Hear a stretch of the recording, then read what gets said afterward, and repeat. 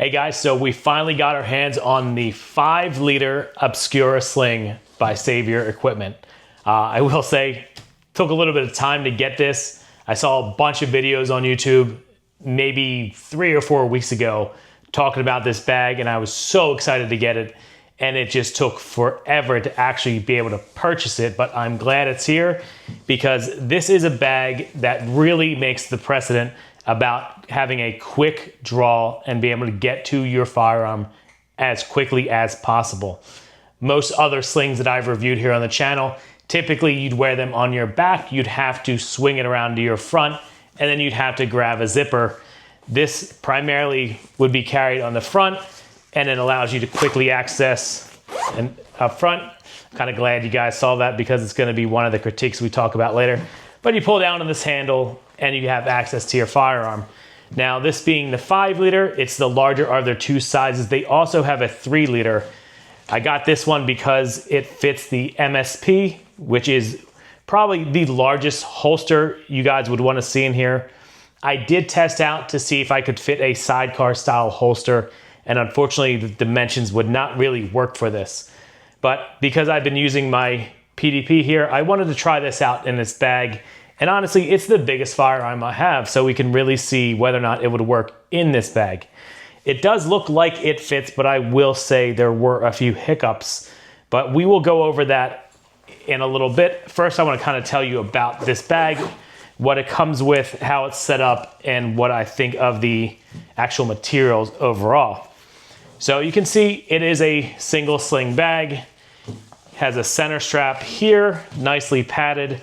And then you have this hook down here, so you could wear it on either side. I think that's pretty cool. I like when bags are ambidextrous because you never know who's gonna need what and what's gonna work out better for each person. So it's nice to have that option. It does have some nice padding back here. It says Savior. So overall, I think that's done pretty well. The materials seem nice. I don't have any problems with that. I would describe this as almost like a rubberized leather. I honestly didn't look up to see what the specific material is, but it's definitely different from the Everly stock and Vertex that I'm used to. So starting out up front here, this is a 3-compartment bag up front here, and I'll show you some close-ups.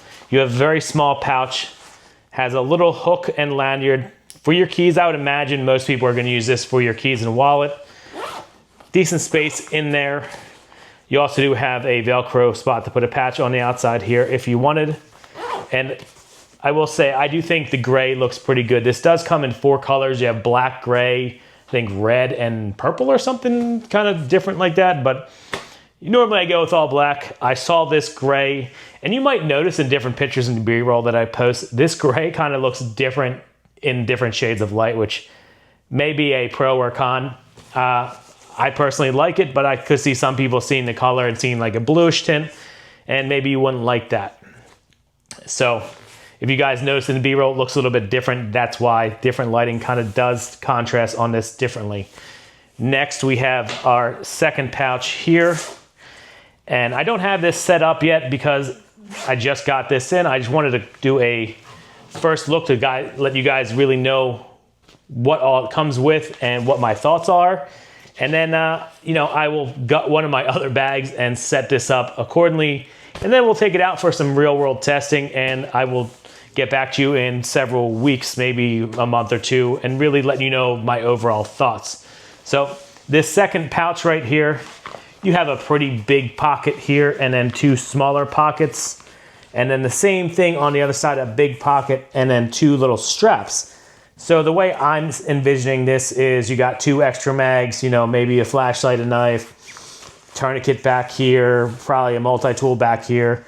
But you got some decent space in here. And the bag looks like it has the option to build out pretty thick.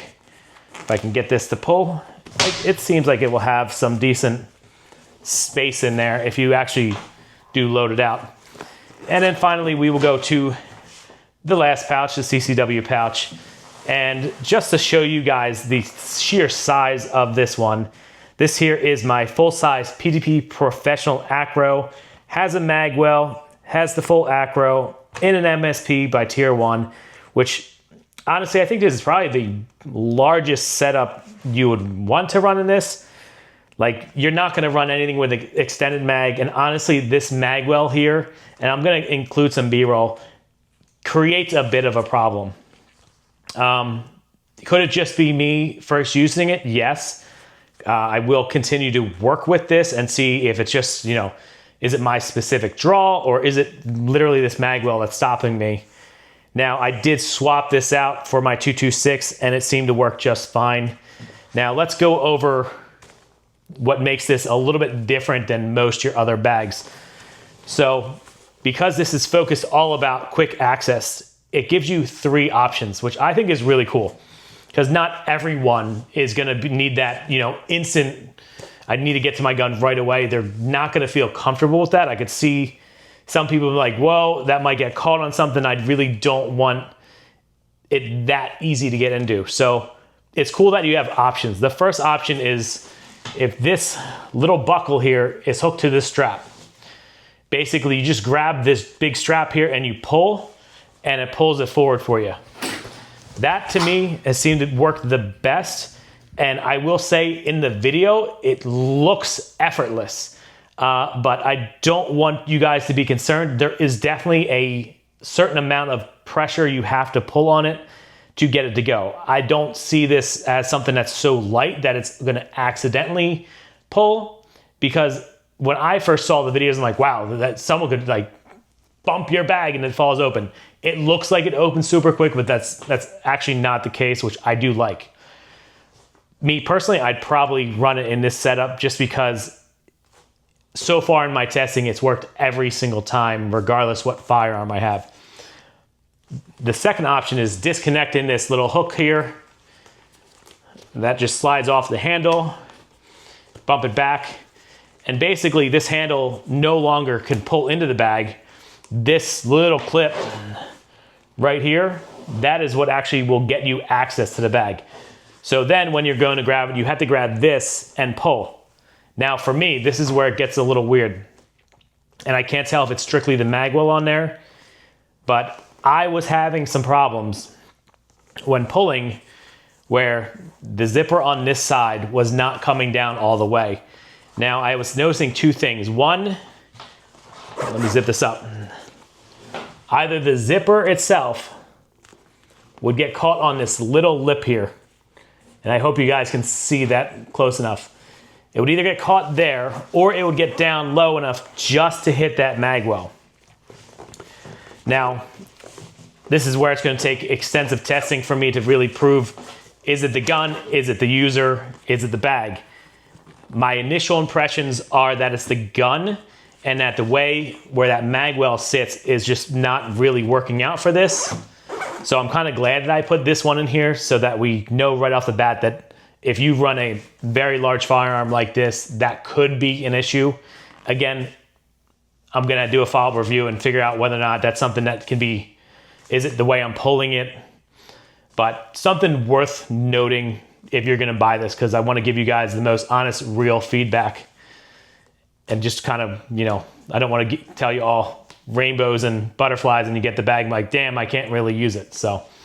And the last option for getting into here is just using the 2 zippers. Super easy. Honestly, I did all 3. I don't think the zippers is like that much slower. If you really just wanted that extra peace of mind of knowing that like nothing could tug on your bag, I think the zippers is still a great option. It's right here. The zippers are up top. Super easy access. Again, it's gonna come down to how you train with it and just doing reps, like just going back and forth, teaching you that muscle memory of how to get that bag open, you know, in a crisis situation. So a couple disclaimers just so you guys know. I'd like to be honest with you guys. This bag was not sent to me. I did buy this myself, so you're getting a true, honest review here. I know sometimes when we see people get products sent to them, you know, they almost feel obligated to tell a certain narrative, but I bought this, so if I had any more issues or didn't like anything, I would tell you guys right now. I have no problem doing reviews that are scathing, for less than a better term. But yeah, and also wanted to mention, because we have the firearm, everything is free and clear. So you'll see in the B-roll, I just want everyone to know that everything is safe. We're definitely practicing safely here. Don't anyone thinking this is a hazard, because I know I've gotten some comments before, but yeah, we make sure everything is safe and clear before filming. So yeah, I think that's about it on my initial thoughts on this bag. Now, I will ask you guys, they do make a smaller one. It's a 3 liter.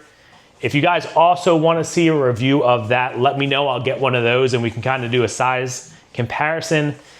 Because honestly, for me, as much as I like to carry big guns, as summer gets here, I think you see me sweating. It's only freaking February. It's 86 degrees out today. Had to turn the AC on. Welcome to Florida, guys. But as it gets warmer, I think a smaller bag would be a little bit more comfortable, at least for me. To the best of my knowledge, the way it's set up inside is exactly the same. And as I'm looking at this bag, I think there's more than enough storage. Again, I'm gonna really pack this thing out, test it, and see just how well it works out. But so far, I really think this size, even though it's only a 5 liter, I think this would really work for most people. I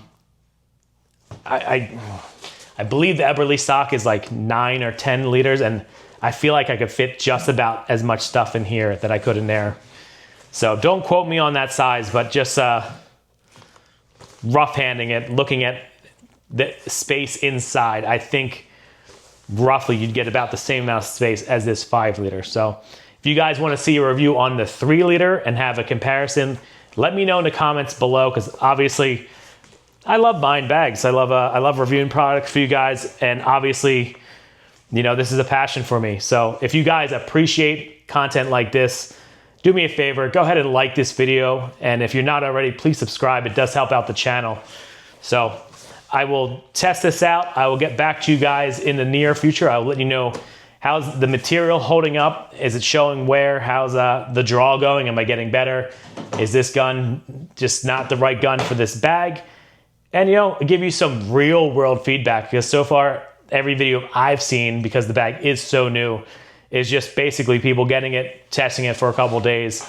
And we haven't had any longevity of this bag to tell you, you know, how will the materials last and how practical is it. So I definitely will get back to you with a future video and let you know my thoughts, guys. Thanks for tuning in. Peace.